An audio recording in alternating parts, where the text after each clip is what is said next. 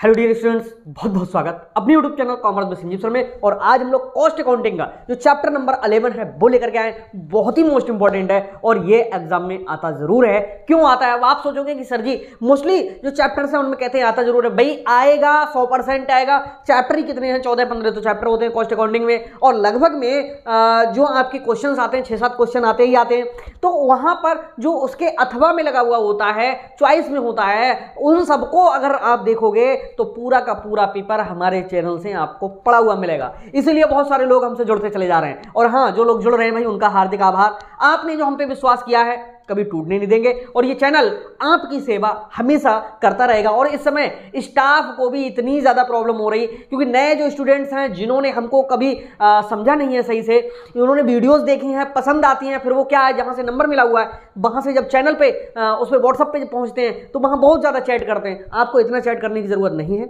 अगर हमने आपसे कोई बात कह दी तो उसको पूरा पूरा लास्ट तक हम निभाएंगे। अगर आपको ज्वाइन करना है तो आप करिए, नहीं करना है बहुत सारे चैनल हैं। और हमारा तो एक ही उद्देश्य रहता है कि अच्छे से अच्छे पढ़ाएं, और ऐसा पढ़ाएं जो पूरा यूट्यूब पे कोई ना पढ़ा पाए। तो आइए शुरू करते हैं आज चैप्टर 11, लागत लेखों का वित्तीय लेखों से समाधान। आज की जो कहानी है वो कुछ और भी हमें याद दिलाती है कि हमारे एक स्टूडेंट थे जिनको हम पढ़ाते थे, तो उन्होंने एक समाधान हमसे पूछा था। चलिए वो यहाँ पर हम थोड़ा बाद में बताएंगे, पहले अपना टॉपिक यहाँ क्लियर कर लें और यहाँ से हम समझेंगे कि होता क्या है लागत लेखों का वित्तीय लेखों से समाधान। इसकी थ्योरी आएगी या न्यूमेरिकल आएगा? तो मैं आपके लिए बता दूं, इसकी थ्योरी भी आ जाती है और न्यूमेरिकल भी आ जाता है। कुछ ना कुछ आता जरूर है इस चैप्टर से। अच्छा, आता क्यों है ये भी मैं कारण बताऊं, आप समझ जाओगे, सब समझदार हो। ठीक है, देखिए यहां पर लागत लेखों का और वित्तीय लेखों से समाधान पूछता है। तो आप कॉस्ट अकाउंटिंग को पढ़ रहे हो और मोस्टली इससे पहले आप फाइनेंशियल अकाउंटिंग को पढ़ चुके हो। तो फाइनेंशियल अकाउंटिंग और कॉस्ट अकाउंटिंग दोनों में क्या अंतर है, जिसको पता होगा वही इस प्रश्न का जवाब सॉल्व कर पाएगा। तो यहां से जो पेपर सेटर होता है, जो पेपर सेट करता है, वो अपना दिमाग लगाता है कि देखें इस क्वेश्चन के माध्यम से बच्चे को कितना आता है, यानी अकाउंटिंग का कितना नॉलेज है। तो मैं आपके लिए बता दूं, इस चैप्टर को बहुत ही ज्यादा इजी तरीके से आप समझोगे। कैसे समझोगे मैं समझाता हूं।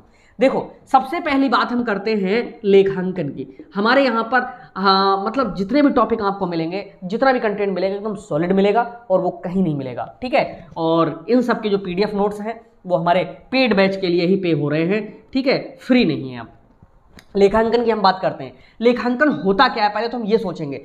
सिर्फ और सिर्फ बच्चों के समझ में ये आता है कि जितने भी ट्रांजैक्शन हो रहे हैं उन ट्रांजैक्शंस को कहीं ना कहीं पर लिख लेना लेखांकन कहलाता है, या जर्नल कर देना लेखांकन कहलाता है, यही समझ में आता है। लेकिन अगर सच पूछो तो लेखांकन होता क्या है? लेखांकन होता है, सबसे पहले जो मैं क्रम बता रहा हूं इसको माइंड में सेट करिएगा, उन सबका टोटल ही लेखांकन होता है। सबसे पहले कोई सौदा हुआ या नहीं हुआ, इसकी पहचान करना। अब कोई सौदा हुआ या ना हुआ इसकी पहचान कैसे होगी? जैसे कहीं से फोन आया और उसने कहा कि हमको आपसे 5000 यूनिट कोई भी वस्तु चाहिए। ऑर्डर आ गया है, और ऑर्डर आने के बाद में हमने भी उसको लिख लिया कि हाँ इनको हमें इतनी वस्तु देनी भी है, और वो व्यक्ति भी ऐसा जो हमें पेमेंट दे देगा। इसका अकाउंटिंग में कहां पर लिखा होगा? आप बता सकते हो?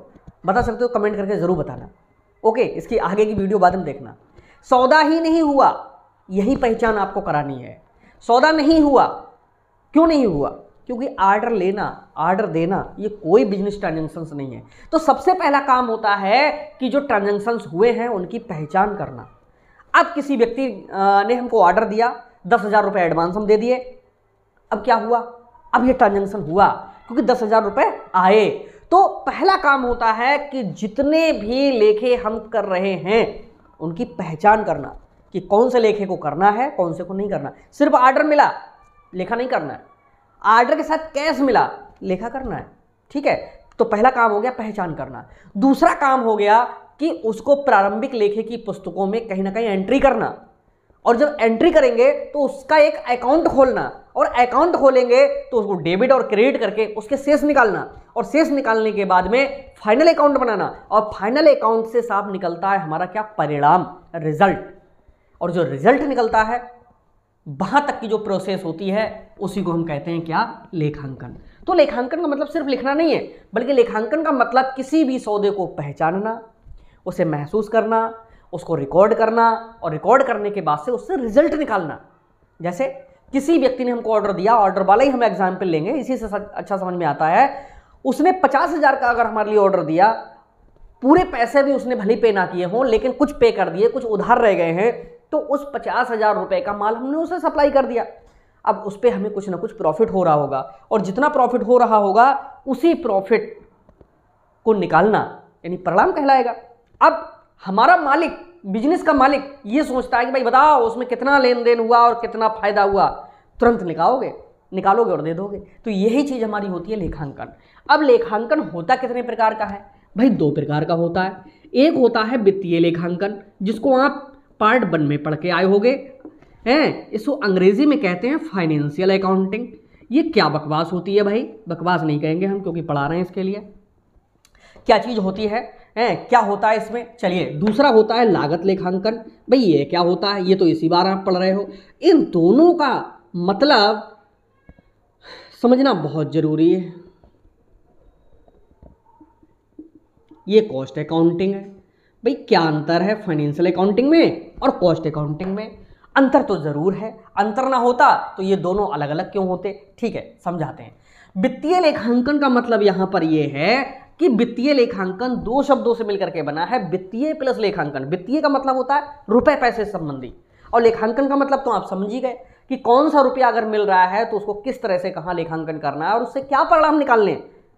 तो शॉर्ट में इसको ऐसे समझेंगे कि वह लेखांकन जिसमें समस्त नकद प्राप्तियां अथवा समस्त नकद भुगतानों का लेखा किया जाता है, और इसके साथ साथ में वित्तीय स्वभाव के सौदों का लेखांकन होता है। वित्तीय का मतलब रुपए पैसे संबंधी जो लेन देन है उनका लेखांकन होता है, उसे हम कौन सा लेखांकन कहते हैं? वित्तीय लेखांकन। अब दूसरी बात वाली इसमें क्यों जोड़ी गई?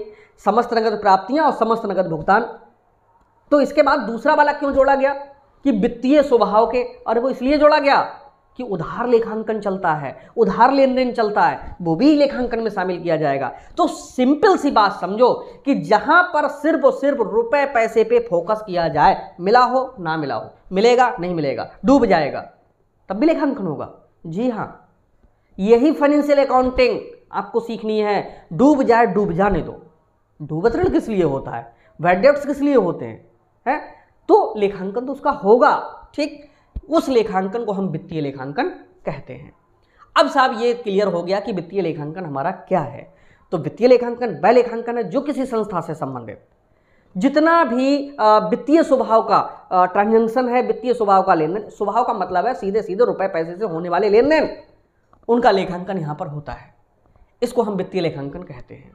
और वित्तीय लेखांकन में किसी की ईमानदारी का, किसी की योग्यता का वर्णन कहीं पर नहीं होता है। ओके, तो यहां पर रुपए पैसे का ही लेखांकन किया जाता है। अब बात आती है कि लागत लेखांकन क्या चीज है।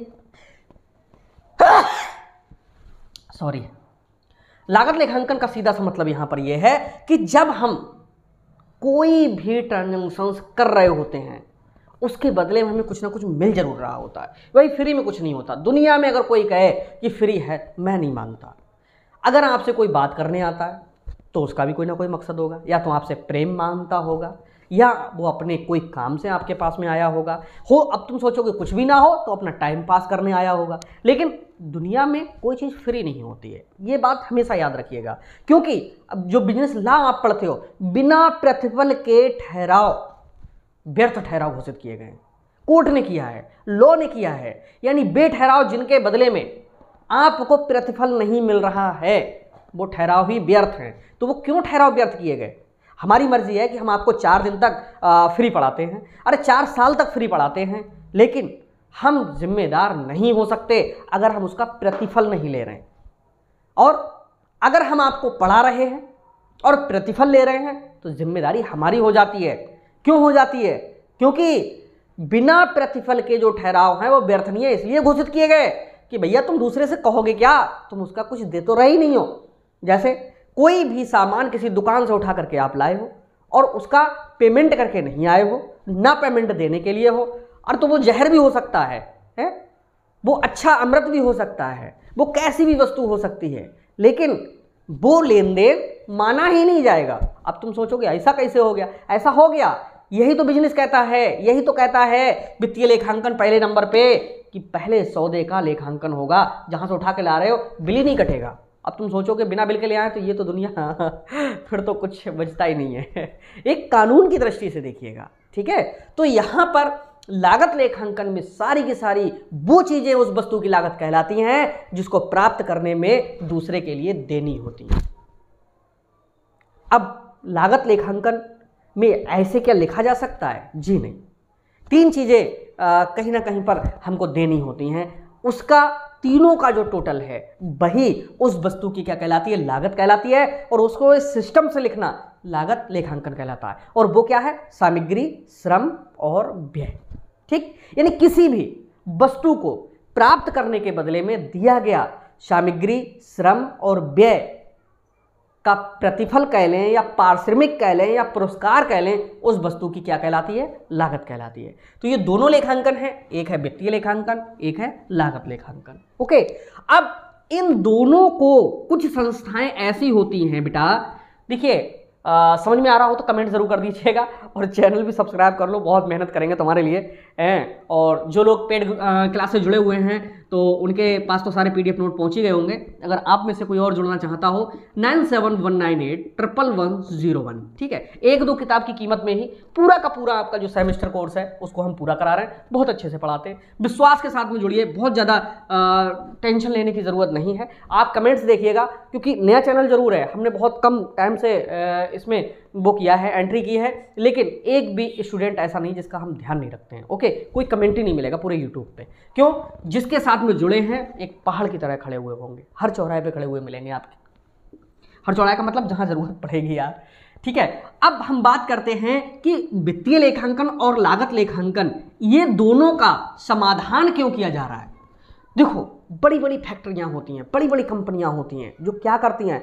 वस्तुओं को बनाती भी हैं और वस्तुओं को बेचती भी हैं। तो वो ये चाहती हैं कि हम जब वस्तु को बना रहे हैं तो कौन सा लागत लेखांकन करें। और लागत लेखांकन में क्या क्या आता है? 3 चीजें आती हैं बेटा, सामग्री, श्रम और व्यय। ठीक, ये 3 आती हैं।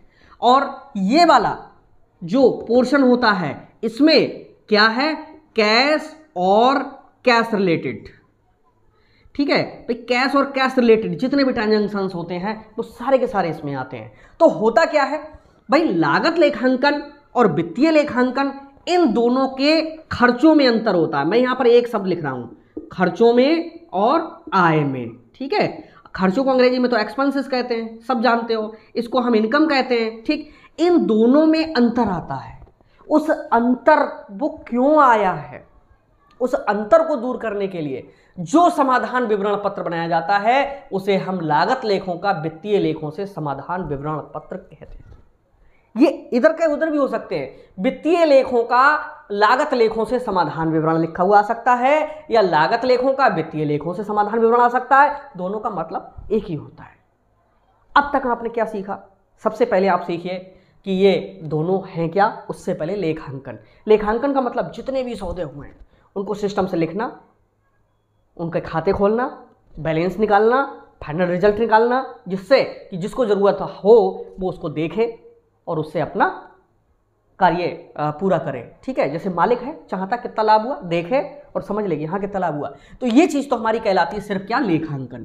लेखांकन वैसे तो कई भागों में बटा हुआ है, अभी कर लेखांकन, उत्तरदायित्व लेखांकन, सामाजिक लेखांकन, दुनिया भर के। लेकिन मुख्य रूप से बिजनेस की दृष्टि से देखोगे तो बेटा 2 ही लेखांकन, वित्तीय लेखांकन, लागत लेखांकन, जिसमें रुपया पैसा संबंधी सारे के सारे जो सौदे हैं वो लिखे जाते हैं, वित्तीय लेखांकन है। लागत लेखांकन किसी भी वस्तु को प्राप्त करने से संबंधित जो लेखांकन किया जाता है वो हमारा कौन सा कहलाता है? लागत लेखांकन कहलाता है। अब लागत लेखांकन और वित्तीय लेखांकन में अंतर क्यों आता है? क्योंकि बहुत सारे ऐसे खर्चे होते हैं जो वित्तीय लेखांकन में होते हैं, इधर नहीं होते हैं। कुछ खर्चे ऐसे होते हैं जो इधर होते हैं, वो इधर नहीं होते हैं। इस कारण से दोनों में क्या आ जाता है? अंतर आ जाता है। अब अंतर आने के लिए मैं बताऊं, मेरे जो PDF नोट्स हैं उसमें करीब 25-26 व्यय हैं। ठीक है, और वो व्यय कौन कौन से हैं मैं यहाँ पढ़ के बता देता हूँ, और बहुत, क्योंकि 1 मिनट में आपको समझाना है। सबसे पहली बात बता दूं, कॉस्ट अकाउंटिंग। देखिए, ये जो पीडीएफ नोट्स हैं यही आपके पास में प्रोवाइड हो रहे हैं। अब यहाँ पर जब ये चैप्टर चल रहा होगा तो आपकी जो बुक है उसमें भी खर्चे दिए हुए हो सकते हैं, लेकिन जो न्यूमेरिकल हैं उनमें कौन कौन से खर्चे आते हैं वो यहाँ पर 20 जो एक्सपेंसेस हैं वो रखे हैं और साइड में लिखा दिया है कि वेरी मोस्ट इंपॉर्टेंट जो टॉपिक है और उससे रिलेटेड ये खर्चे हैं। तो अब तक के जितने भी न्यूमेरिकल्स आए हैं तमाम यूनिवर्सिटियों में, उसमें पहले नंबर पे तो इनकम टैक्स और संपत्ति कर आया। लागत लेखों में सम्मिलित ना होने वाली मदें, यानी इनमें क्या क्या चीजें शामिल नहीं होंगी। पहले नंबर पे इनकम टैक्स कहीं पर भी शामिल नहीं होगा।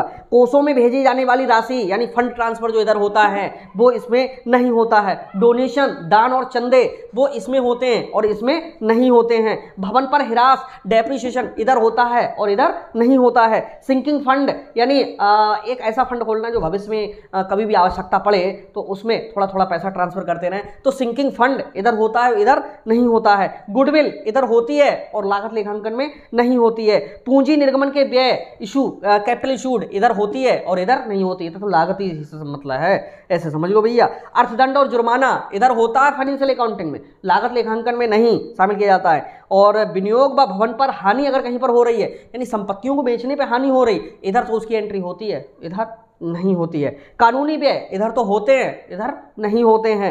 नगद बट्टा इधर तो होता है यानी कैश डिस्काउंट जिसे कहते हैं, लागत लेखांकन में नहीं होता है। डिस्काउंट रिसीव्ड, कमीशन रिसीव्ड इधर तो होते हैं लेकिन इस कॉस्ट में नहीं होते हैं। और रिटर्न ऑन इन्वेस्टमेंट यहाँ पर तो होता है और यहाँ पर नहीं होता है। इसके बाद में रेंट रिसीव्ड इधर नहीं होता है, यहाँ पर होता है वित्तीय लेखांकन में। इसके बाद में है असाधारण हानियां, एबनॉर्मल लॉसेस यहाँ पर नहीं काउंट की जाती हैं, ठीक है, लेकिन यहाँ पर सब कुछ एक एक पैसे का यहाँ पर हिसाब किताब रखा जाता है। और इसके बाद में कहीं से जो है लॉस बाई फायर हो जाए, लॉस बाई थेफ्ट हो जाए यानी चोरी से हानि हो जाए, आग से हानि हो जाए, यहाँ तो शामिल किए जाते हैं, यहाँ पर शामिल नहीं किए जा सकते हैं। और निष्क्रिय समय की लागत मतलब कोई व्यक्ति एक ऐसा है जो सिर्फ चौकीदारी के लिए रख लिया है, वो यहाँ पर तो काउंट होता है, यहाँ पर नहीं होता है, यानी प्रोडक्शन होगा तो लागत आएगी, नहीं होगा तो उसकी लागत नहीं शामिल की जाएगी। इसके बाद में स्थायी संपत्तियों पर बिक्री पर लाभ, ठीक है, कोई भी एसेट्स है हम उसको सेल कर रहे हैं तो यहाँ अगर प्रॉफिट हुआ है तो दिखाया जाएगा, इसमें नहीं दिखाया जाएगा। और इसके बाद में वैट डेब्ट्स, डूबत ऋण, यानी किसी व्यक्ति को माल बेचा और पता चला वो कह रहा है कि ले मिले तो ले लो, ठीक, तो यहाँ पर तो उसका वैट डेब्ट्स में उसे शामिल किया जाएगा, लागत लेखांकन में नहीं किया जाएगा। ये चीज़ें मैंने पढ़ करके इसलिए इतनी जल्दी आपके लिए बताई, एक सिस्टम है उनका सॉरी, सब एक दूसरे से जुड़े हुए हैं। और जो सिस्टम से ये हमने लिखा है, इस सिस्टम से अगर तैयार करोगे एक दूसरा सब बताता हुआ चला जाएगा अब क्या हो रहा है, ठीक है। तो इस तरह से बहुत सारे ऐसे एक्सपेंसेस होते हैं जो इसमें होते हैं और इसमें नहीं होते हैं, बहुत सारे ऐसे खर्चे होते हैं जो इसमें होते हैं और इसमें नहीं होते हैं। तो इसी तरह की लिस्ट आपको उसमें मिल जाएगी। अब यहाँ पर मैं एक चीज़ और बता दूँ, समाधान वाले दिन हम एक बैच लगाते थे सन 2014-15 के आसपास। तो हमारा एक स्टूडेंट जो था वो मोस्टली था तो बहुत दिमाग से होशियार, लेकिन वो मोस्टली पीछे बैठ करके और मोबाइल में ही, यानी हम पढ़ा रहे हैं व्हाइट बोर्ड पे मोबाइल में ही, और जैसे ही हमारा जो आमना सामना हुआ तुरंत कॉपी में। तो हमने उससे कहा, हमने कहा बेटा एक बात बताओ, किसी और को क्या आपने अपनी तरह करते हुए देखा है? तो बोला सर नहीं। तो हमने कहा तुम्हारा मकसद क्या है भाई? तो उसने बताया कि पढ़ना। अरे भाई पढ़ना मकसद है तो तुम ये कर क्या रहे हो? अरे सर बहुत ज़्यादा मेरा टाइम बर्बाद होता है। तो क्या था कि एक मोबाइल था और वो पहले फ्लैप वाले कवर चलते थे। तो हमने कहा ऐसा करो, एक शब्द लिखा था। क्या उसमें शब्द लिखा था कि मैं सबसे अधिक समय बर्बाद करता हूं।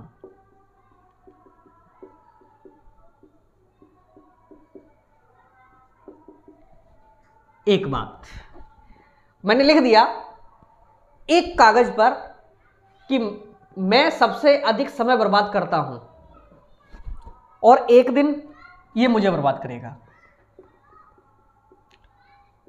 एक दिन ये मुझे बर्बाद करेगा। ओके, इतनी बड़ी एक पर्ची जो मैंने लिख के दी थी, उस बच्चे ने क्या है उसमें पॉलीथीन चढ़ा ली। पॉलीथीन का मतलब समझते हो? अब देखा होगा डॉक्यूमेंट्स में जो लोग कवरिंग कराते हैं वो चढ़ा लिए। और उसी फ्लैप कवर पे, जैसे ये हमारा मोबाइल सेट है, उसी फ्लैप कवर पे क्या होता था, एक छोटा सा पॉकेट होता था उसी कवर में, उसी में रख ली। जब भी मोबाइल खोलता, हाँ मैं समय को सबसे ज़्यादा बर्बाद करता हूँ। अरे नहीं, मेरे को कुछ बनना है, नहीं तो समय बर्बाद कर देगा मुझे। जब भी मोबाइल उठाते, अरे मनोरंजन तो करना है लेकिन समय में बर्बाद करता हूं। एक दिन क्या हुआ, धीरे धीरे धीरे धीरे रुचि पढ़ाई की ओर बढ़ने लगी, बढ़ने लगी, बढ़ने लगी, और आज वो स्टूडेंट बहुत अच्छी सर्विस देहरादून में दे रहा है। और इस वीडियो को हो सकता है वो भी कभी देखे, क्योंकि मेरे अधिकांश जो वीडियोस हैं वो बात करता है, बहुत कम समय से ही हम लोग जुड़े हुए। तो मैं आपसे भी ये कहना चाहता हूँ कि सबसे पहले जो आपके अंदर कमियां हैं अपने रूम में लिख करके टांग लो, हैं, और रूम में लिख करके टांग लोगे तो क्या होगा कि तुम्हारी निगाह जब भी वहां जाएगी, जब भी जख्म पे कोई चीज बैठेगी वो दर्द करेगी, और जब दर्द करेगी उसका निदान करोगे, निदान करोगे और सफल होगे। हमारे चैनल पर आने के बाद सफलता तो मिलना ही चाहिए, नहीं तो फिर हमारा भी जीवन व्यर्थ है। ओके, तो आइए शुरू करते हैं आगे। थोड़ा सा आपका टाइम लिया हमने, माफी चाहेंगे अगर किसी को असुविधा हुई। अब इसके बाद में हेडिंग डालते हैं कि लागत लेखों व वित्तीय लेखों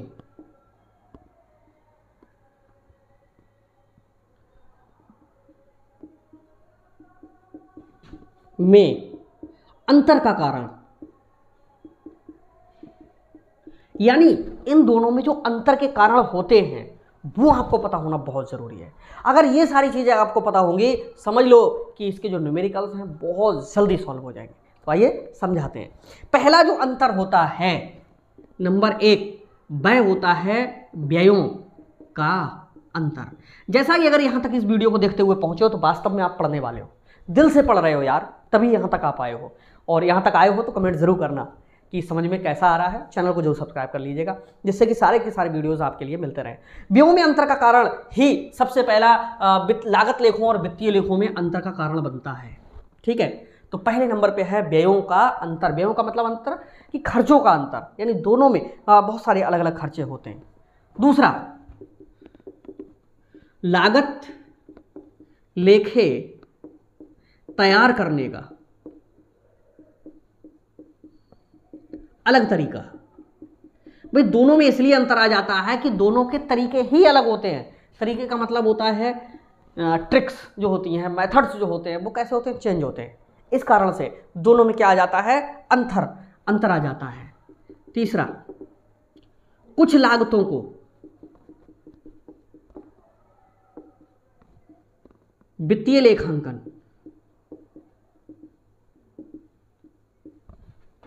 में शामिल ना करना। ठीक है, और इसी की हेडिंग बन सकती है कुछ लागतों को लागत लेखांकन में शामिल ना करना। हेडिंगें बढ़ाना चाहोगे तो वैसे तो हम बहुत ज्यादा हेडिंगें वैसे हम लोग बनवा देंगे। इसके बाद में कुछ आयों को, आयों का मतलब इनकम को, वित्तीय लेखांकन, सॉरी, कुछ इनकम ऐसी होती हैं जिनको लागत लेखांकन में हम शामिल नहीं करते हैं, शामिल ना करना।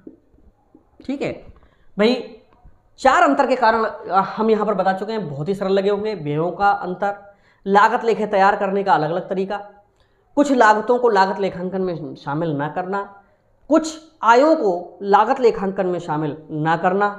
अगला, रहतिया के मूल्यांकन की अलग अलग विधि। देखो, वैल्यूएशन ऑफ स्टॉक जो होता है, रहतिया का मूल्यांकन होता है, हर संस्था, हर कंपनी उसको अलग अलग करके भी करती है। इससे क्या होता है कि स्टॉक वैल्यूएशन की बहुत सारी विधियां होती हैं, जैसे लीफ हो, फीफ हो, मीफ हो, हीप हो, हैं, और औसत मूल्य विधि, बाजार मूल्य, लागत मूल्य जो दोनों कम हो। तो अगर आपने वास्तव फाइनेंशियल अकाउंटिंग को सही से पढ़ा है तो ये बहुत सारी विधियां होती हैं। अब कोई किसी को अपना रहा है, कोई किसी को अपना रहा है, तो दोनों में क्या आ जाएगा, अंतर आ जाएगा। अगला, ह्रास, माने होता है डेप्रिसिएशन, ह्रास लगने के कारण अंतर। ओके, इसके बाद में दान, नमूने व अन्य व्ययों के कारण अंतर। भैया दान है, नमूने हैं, ये सब चीज़ें हमारी, अभी हमने थोड़ी देर पहले बताया था 20 चीज़ें बताई थी, लेकिन यहाँ पर हम 20 लिखेंगे तो ये वीडियो बहुत लंबा हो जाएगा। ठीक है, अगला 8वें नंबर पे आयकर का लेखांकन लागत लेखों में ना होने के कारण।